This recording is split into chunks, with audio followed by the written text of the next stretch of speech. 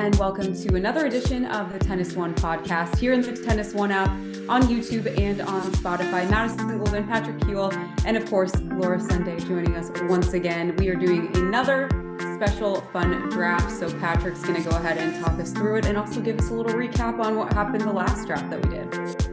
Yeah, well, I mean, before I start, are you guys going to be like coordinating your picks for this one? Is this like me versus you guys or what's going on? No, we're separate picks. We are just, for those of you that also have a work from home company, we do. And so Madison and I live near each other. So we're working from home in the same location today. Social interaction is good, folks.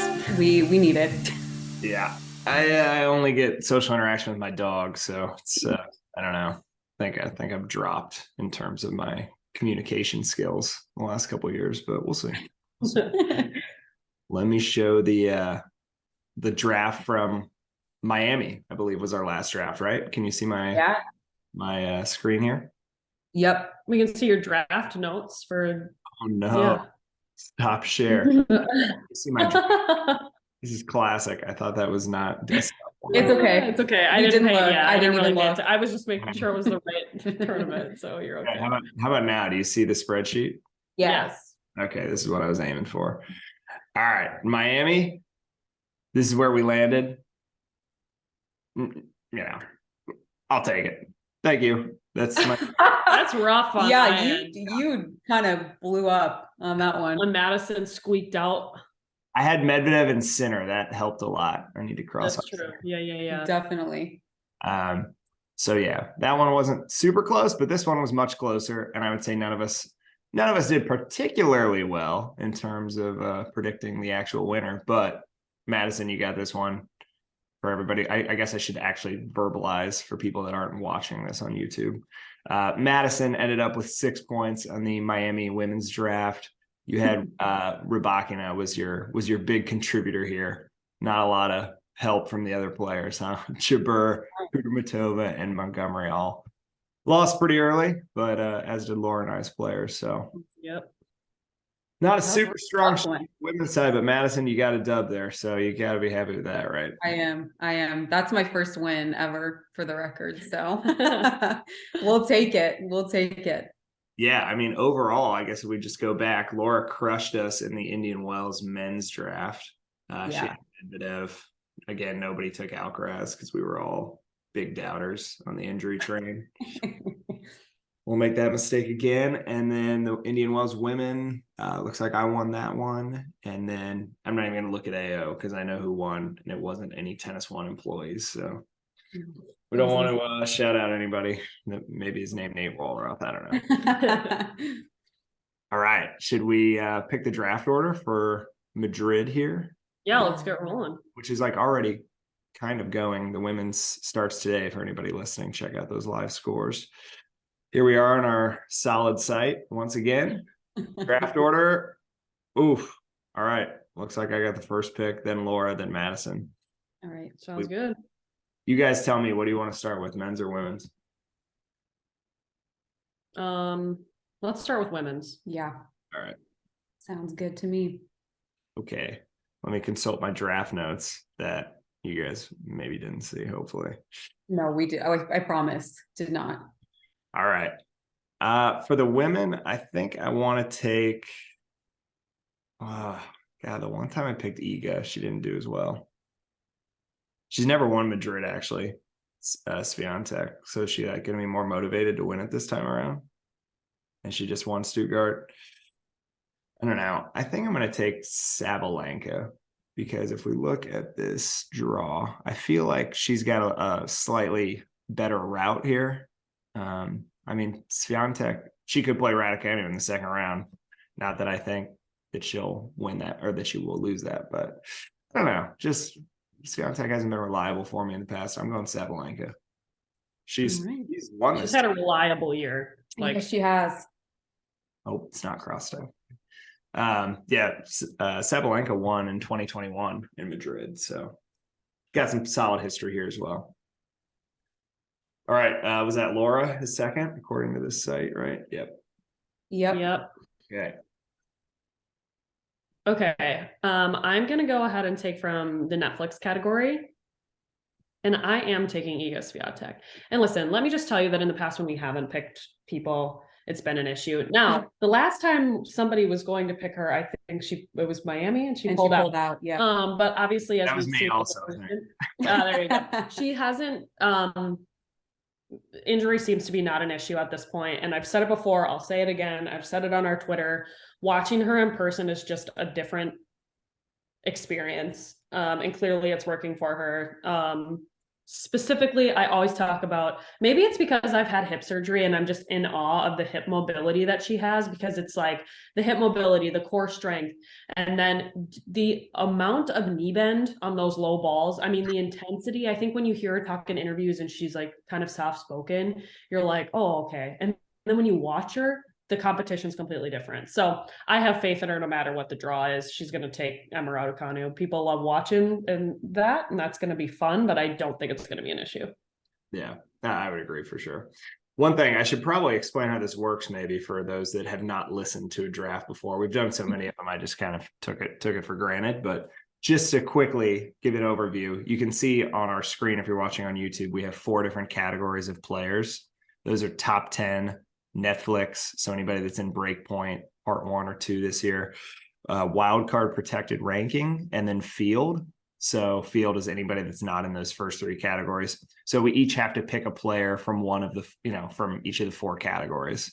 So that's kind of how the draft works. So Laura just picks Swiatek. She's in the top 10 category as well as Netflix. So Laura got to decide where she wanted to take her from, and she took her from Netflix. I also didn't say where I was taking Sabalenka. I'm taking her at Netflix as well. So now we should be caught up on the rules. Madison, you're up. You actually have 2 picks. Yeah. Yeah. Amazing. Okay. So I'll just go ahead and take my wild card protected ranking first, since I have back-to-back picks. I'm going to go Alina Svitolina for this. I know she's been, out. She had a baby with Monfils. She's kind of coming back into tennis. She has a lot of support. Obviously, we know she's been very vocal about everything going on with Ukraine. She played in Charleston, unfortunately lost the first round, but I've got to say, she really fed off that crowd energy and she looked pretty solid. So I'm excited to see what she can do on the clay this season. So I feel confident that she could potentially have a 1 or 2 rounds under her belt at this Madrid tournament. No doubt. She's a great clay player. And I was super impressed with her first match back. Usually that's very hard. Yeah. She almost won it. So that would have been pretty wild. It was a great match. So rooting for her for sure. All right. Okay. Yeah. So I'll go ahead and pick from top 10. And I'm going to take Miss Jess Pegula. Sorry, Patrick. I really liked how she played in Charleston. She kind of had, the weather was not on her side, ended up having potential to make the final in Charleston against Ons Jabeur. Unfortunately, the weather kind of played a factor in that one. Belinda Bencic only had to play a couple more points in the tiebreaker, ended up beating her, but she looked really solid in Charleston. I liked how she was playing on clay. She was able to come back from a couple of matches. She had some tough opponents too. She played Badosa. She played some other pretty tough players and just was able to keep composed as usual, typical JPEG fashion. So, and then Billie Jean King Cup, she just played really well there as well. I know, a different surface, but love to see it. So I'm taking JPEG. Nice. Yeah. Well, she also got to the finals in Madrid last year. So, and with Jabeur out, does that make her sort of defending finalist? Yeah. Yeah. Yeah, that was gonna be my pick, but that was optimistic. Even thinking it would get to me, Laura probably would have taken her otherwise. Because Laura, you're up. Okay, so I am going to take my field pick. Okay. Now I'm going to go with something controversial, and the reason that it's controversial is because the Twitterverse loves to talk about this player. I'm going to go ahead and take Ostapenko. Yep. Now, watching her practice, so the last tournament that I visited in person was Miami, and I spent a lot of time on the practice courts. And watching her practice, the intensity, but also kind of the fun that she had during practice kind of shows the switch for her that turns on when she gets into actual match play. And in her draw, she's got Linda Fervitova or volley nets, and then she's got Samsonova, and then, she could potentially meet Arina Begu. So I think she's got a good draw there. I see that as of now, it doesn't look like WTA has updated that Jabeur is out, but that'll obviously be replaced with somebody who's much lower ranked than Jabeur. So I think Ostapenko has a really good draw to get far in the tournament. Yeah, definitely. I think is Jabeur on? Are you seeing her on here? I thought when I pulled it earlier today, it was, but they could have changed it since I think this one is updated because they have Shelby Rogers right here. And I think that's where, definitely where Jabeur was. So yeah. So I still take that. I mean, I think that's a great draw for her. Yeah, 100%. Plus she won Roland Garros, so she's won on clay in the past. She's fine. She'll be good. Yeah. Okay.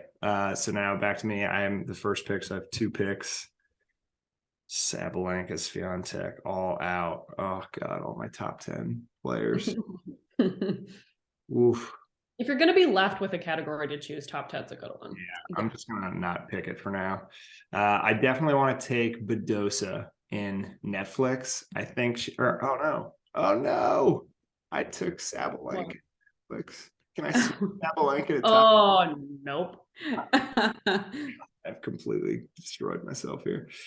That means I have to take Sakari or Stevens. No way. For those of you watching and you didn't hear what Patrick's exasperated sighs were, it's because he chose to take Sabalenka from the Netflix category rather than top 10. So he can't pick Badosa in the Netflix category. I was trying to get like 2 top 10 players, obviously, and it didn't pan out for me. And I'm looking at the men's draw here.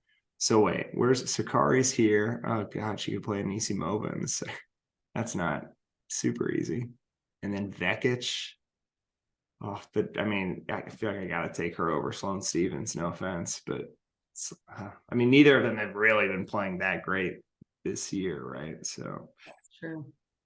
This is depressing. All right, I'm taking Sakari. Come on, Maria. Yeah. Oh no, wait. What am I saying? I have to. Oh my God, I'm totally out of it here. I have to take somebody in top 10 because you already picked Netflix. I guess I could take her in this, but Rybakina is not super reliable on clay. Kvitova hasn't played since winning Miami, so she hasn't played any clay tournaments. Oh, so much for my notes, now. Yeah. I got notes. I'm winning. Tough.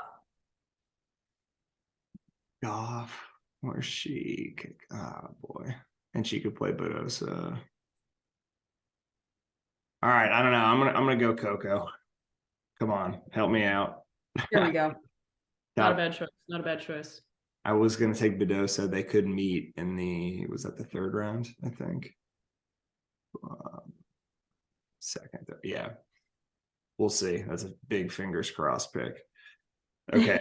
And then on the women's side, I'm wild card protected ranking. I'm going to take, actually, no, I want to pick my field. I'm going to pick my field.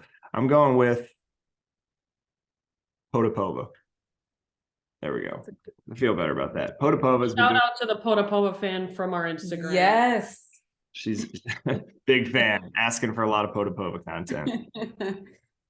Yeah, Anastasia, she's made the quarters of Miami and Stuttgart, most recently on the clay, and just watching her in Miami, she just seems fearless and hitting out on every ball. And yeah, she's obviously playing well. I'm going with Potapova for my field. Okay. Sorry that took so long. Laura, back to you. All right, so we're going wildcard protected ranking. Now, in our last set of draws, as you may have seen, my wildcard in Brenda Fervitova did not win a match. So my goal is for my wildcard protected ranking to win 1 match or 2 matches. They just need to get us on the board. And I think that Victoria Jimenez Kazanseva from Andorra is going to take that. And here's why, because her first round, if she can get past Pavlyuchenkova, The seed that she meets is Dasha Kazakina, who I don't believe is having the year that she has hoped thus far. And so I think if there's a chance for a person in that category left on our list there to get to the third round, that's it. So I'm going to take that one, because if she could get past Kazakina, she has even, you know, a better chance to keep going forward. So yeah, good reasoning. Just need one. Just need one. I just need her to get one match, and that's, you know, she's a wild card for a reason. So All right, Madison. Okay. So I have my field and field and Netflix. So I am going to take Badosa for Netflix, and we know home crowd favorite.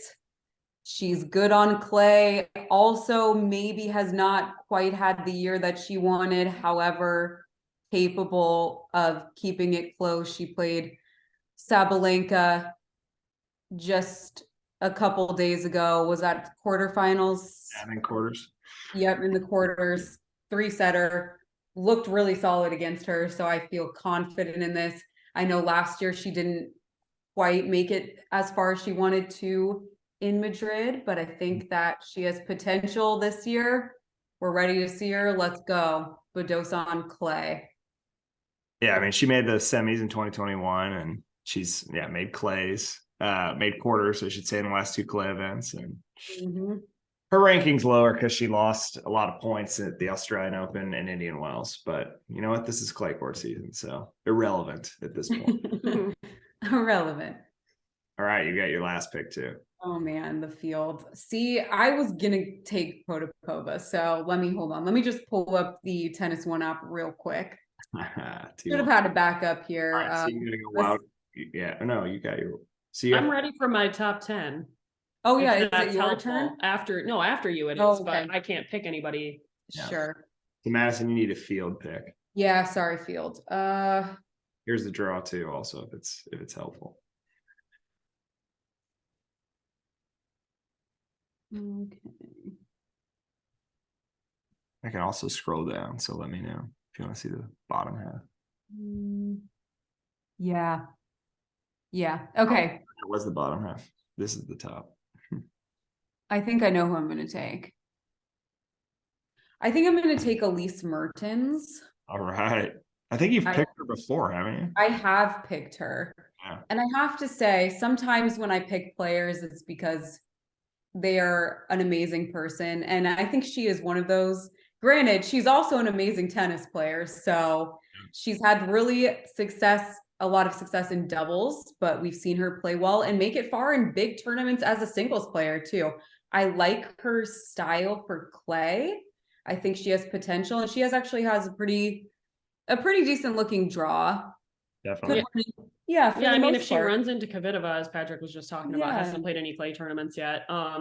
Rebecca Marino's nothing to sneeze at in that second round, because she made the quarters in DC last year. Obviously different surface, different time of year, whatever, but I think that's when people really started paying attention to her again. So but I think like the physicality of Elise Mertens makes her a good field pick for sure. Like it. The fitness is off the charts from her. I think when you're a little kid learning how to play tennis and they always tell you like happy feet, like keep moving, like Elise Mertens is that in adult professional tennis form. Like she's moving all the time, legs are bent, like you won't see less than 100% effort. So that's a good pick. Yeah, I like her. And she loves dogs. Who doesn't love Elise Mertens? She has like 5 dogs, so 5, holy smokes. Yeah. So we love that. All right. All right. So we're going, obviously my top 10 is the last category here. As you can see from what's left, we've talked about a few of those players. Kvitova hasn't played on clay yet. Rybakina, a little bit unreliable. Kasatkina not having the year she wants. Sakari, same thing. And I'm taking the sleeper pick, Caroline Garcia. Now, taking a peek at her draw, she's got a good chance to get far. I mean, as the 5 seed, the first seed she runs into is Kalinina, who also had a great, has been doing well this year so far. But I think she can definitely take that one. And if she were to get to a point where she's playing Mertens or Kvitova, I think that that's a good matchup for her. And being a European player, comfortable on clay, all of that. I mean, I think she's going to get pretty far. There we go. Taking, oh gosh, not leaving me a lot to work with in my final. Oh no, I have no idea what categories I've picked clearly. You just have wild card protected ranking. Oh gosh. Okay. I do know who I'm taking in this. And right here, Osorio. She did pretty well at what tournament earlier in the year? She made the quarters, I believe. Is it in my notes? I thought I typed it out. No. But she was at the San Diego Open when I was there last year, and she was looking pretty good, and she was working with I don't know if I can say it publicly, so I'll just say one of the original 9 for the women players that started the WTA. She was getting some notes from her out in San Diego. So I don't know if they're still working together or what, but I got to like that advice. She made the semis of Lyon, which is a hard court tournament, but you know, I looked at her draw and I think it's a pretty good setup. Let me just see where it is here. Well, she plays Marta Kostyuk if she beats a qualifier. Yeah, I mean, she wins, you know, if she can win that first round, she's done what she's done for you, but then she does run into your other pick. Exactly. So, yeah, I mean, I'm not expecting her to, you know, get beyond maybe the second round. Or if she does run into Sabalenka, that's great because that means she's won 2 matches for me. So, right. And then you're like, you've done your job, my gal. Exactly. You. Thank you. So I'm going Osorio. Boom. All right, there's what we got. So just to recap, Laura has Swiatek and Netflix, Ostapenko and Field, Jimenez Kasatseva in wildcard protected ranking, and Garcia top 10. I have Sabalenka in Netflix, Goff top 10, Potapova, Field, and Osorio wildcard protected ranking, and Madison has Svitolina wildcard protected ranking, Pagula top 10, Badosa Netflix, and Mertens in Field. 3 of my picks are in Madison's. 3 of my hopeful picks on Madison's corner. Tough. That's a tough go. All right. It's looking good. How you guys feeling about this? I feel pretty good. Yeah, I feel good about this one. Good. Yeah. All right. There it is. So now we're going to the men. Swap over here. I'll pick last. Madison, you'll get the first pick. And Laura's in the middle again. All right. By the way, Djokovic obviously is out. Nadal is out. Sinner is out. I just want to make sure you saw that. He pulled out of Barcelona with like an illness, and apparently he's still sick or something. So I don't know if it's like COVID or what it is, but kind of a bummer for no Sinner in this tournament. But. That's tough. Okay. I'm trying to think of who I want to take first. Okay, I'm going to take from Netflix, and I'm going to take Taylor Fritz. Oof. He's made back-to-back semifinals in Munich and Monte Carlo. He's looking really good on clay. I really like that pick. I like how he's playing. I feel like he's found his rhythm on a surface that doesn't necessarily suit his game because we know he's a powerful server, really likes those fast courts, but I like how he's been playing on clay. He looks good. His confidence seems there. We've been getting lots of Morgan Riddle video vlogs that I've been keeping up with. So there we go. We love to see it. Taylor Fritz / Morgan Riddle. Just kidding. All right. Fritz / Riddle. Yeah, you might as well just put her up there. There we go. All right. Laura's up. Okay. I'm going to go ahead and take my top 10. And I would like Carlos Alcaraz. Listen, I'm not going to make that mistake again. And if he's still available, I'm going to take him. He's got, obviously, as everybody knows, he's got a bye first round, and then he's got Ruusuvuori, Humbert, and then, you know, if we're going the seeds route, Dimitrov, and then Zverev, Korda, Nishioka, Rublev, Rune, Rude, all people he can beat, all people he, you know, has beaten. So, yeah, I mean, I won't make that mistake again, Carlos. I'm sorry for doubting you. Yeah, that's a fair pick, I'd say. I was probably going to take him too. So, do I really pick Rune? Do I do it? Do I have that like? Sorry, I just, sometimes he just needs a little bit of growing up, it feels like. So, which he's young, so it's fair, but I'm just saying. I'm gonna go with, and you also took Fritz, who I was gonna pick.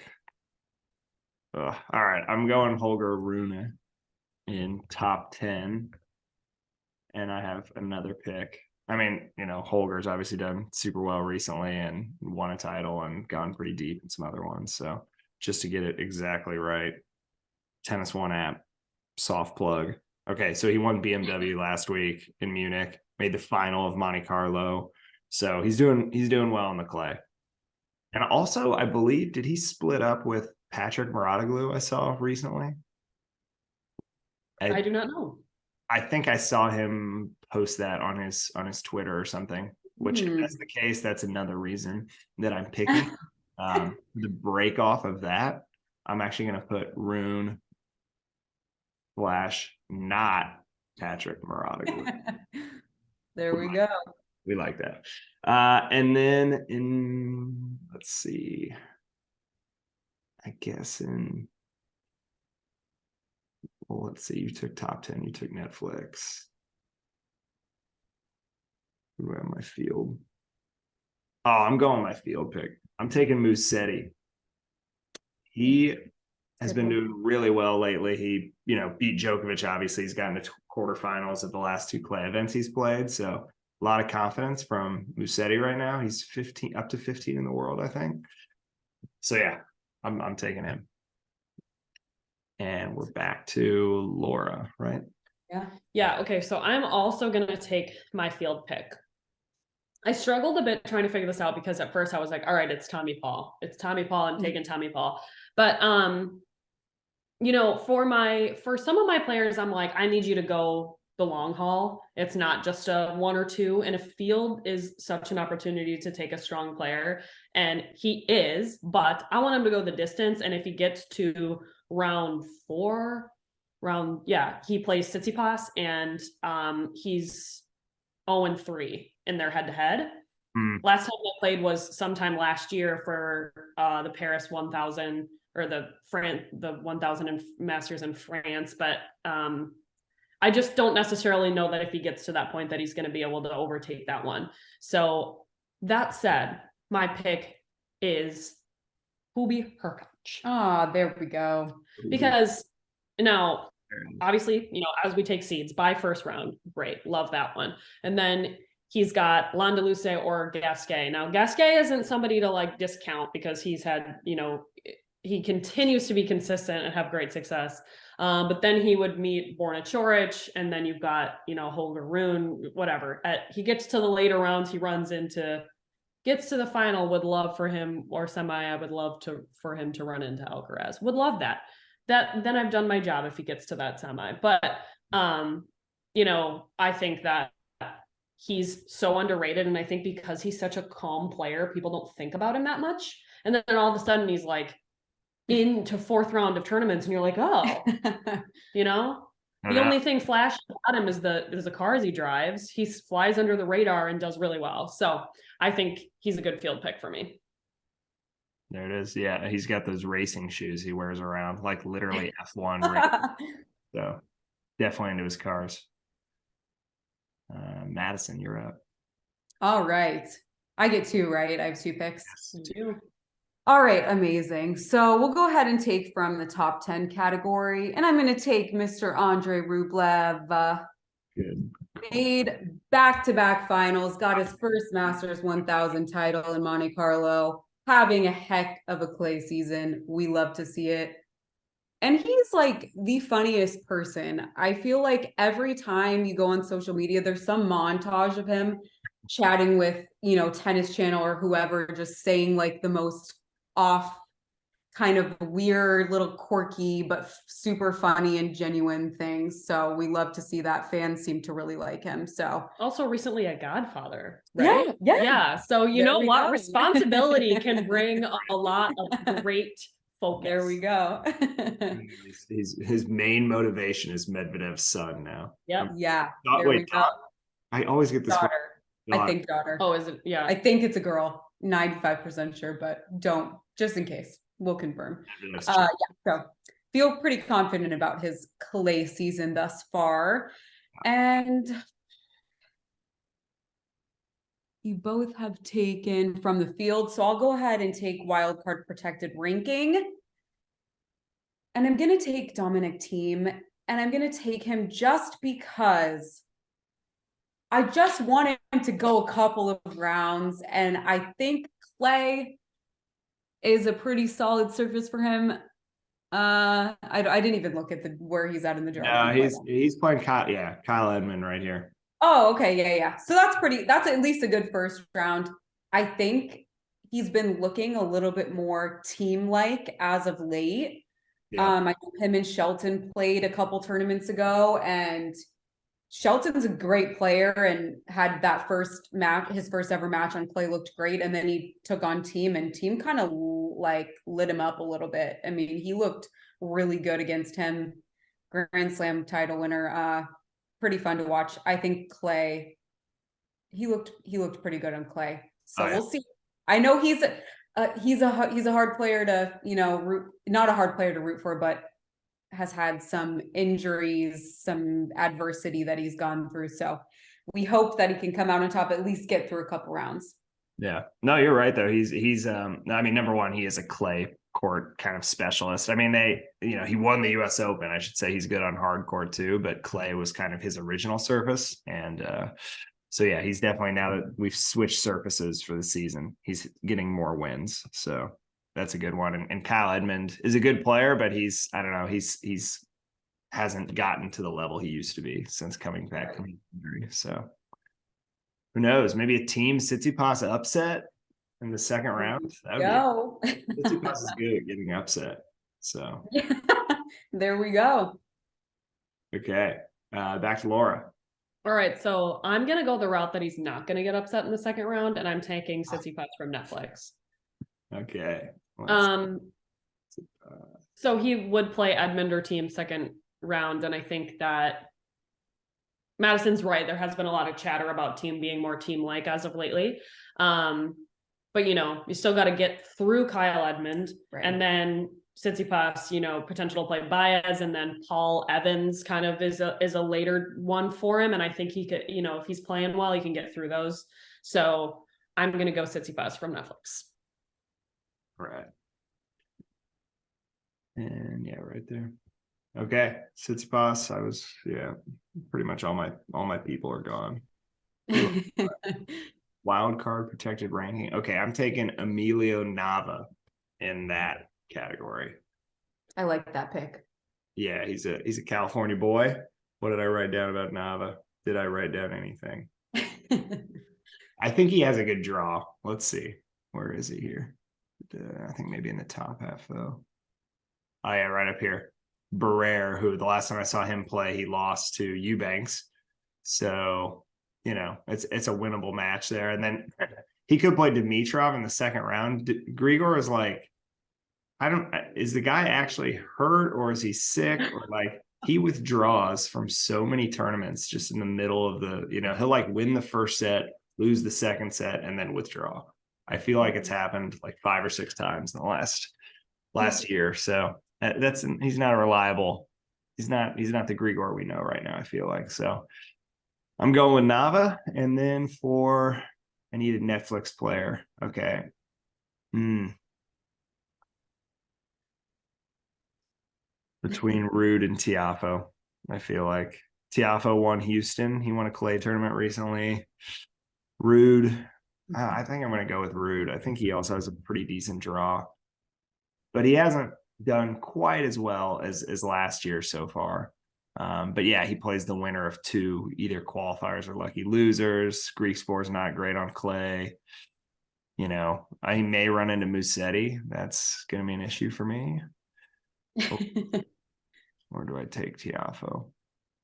I'm taking Tiafoe. I have no one in this area, so I'm switching it. There we go. Plus, he's going to be in season or part 2 Netflix. Like pump for that. A little US Open semis action. Yeah. Okay. Now we are back to Laura, right? Yep. So last category for me is wildcard protected ranking.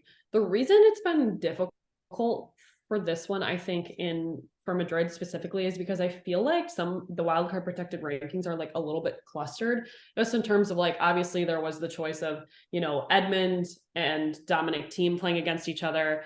And then you've got the same situation for Jeremy Chardy and Gaston, and then the winner plays Richard Gasquet or another wild card, which I feel like is a difficult situation to be in. So that said, I'm going to pick Abdullah Shelbey of Jordan. All right, Jordan. All right. Yeah, ranked 243. But you know what? I have faith in him. And the thing is that, as we've been saying before, I just need him to get through one.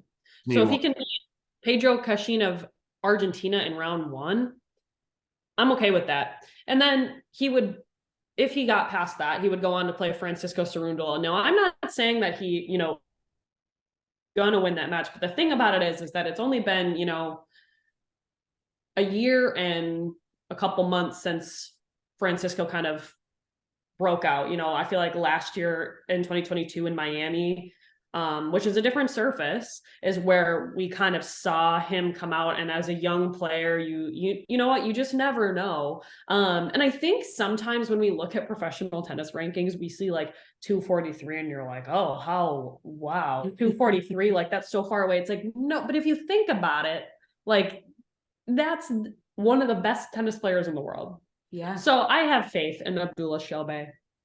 Yeah, well, and there's probably not much tape on him, I mean, I've actually never until this tournament, and he's from Jordan, so that's pretty unbelievable. I don't know of any pro tennis players from Jordan, so you gotta root for him just for that. Exactly. All right, Madison, you have to take a field. Yeah, my field is last. Okay, so I was kind of going back and forth on this. I agree with Laura. I was considering Tommy Paul.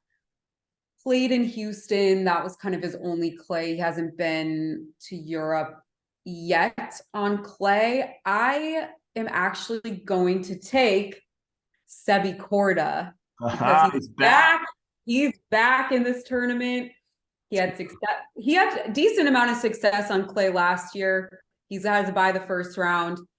We haven't seen him play since Australia, so I'm ready. I was rooting for him. I picked him to win the Australian Open before he withdrew due to injury. We like him.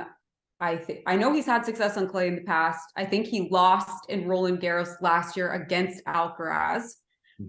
So he's a player that I think can beat anyone and has potential with where he's at in the draw to make it pretty far. And I'm curious to see how he looks coming back from this injury, but Sebi Korda, let's go. His sisters are playing great in golf. It's time for Sebi to play great in tennis. And you know what? We've made the mistake before of not choosing a player, Carlos Alcaraz, when they were injured and came back. So Sebi Korda could do the same. He could do the same. Man, it's just great that he's back. I'm really hoping that wrist injury is not like a super serious deal, because seen some. Yeah, I mean, what do you got? Dominic Thiem, who had a serious wrist injury and is still coming back from that. So I really hope it's not something.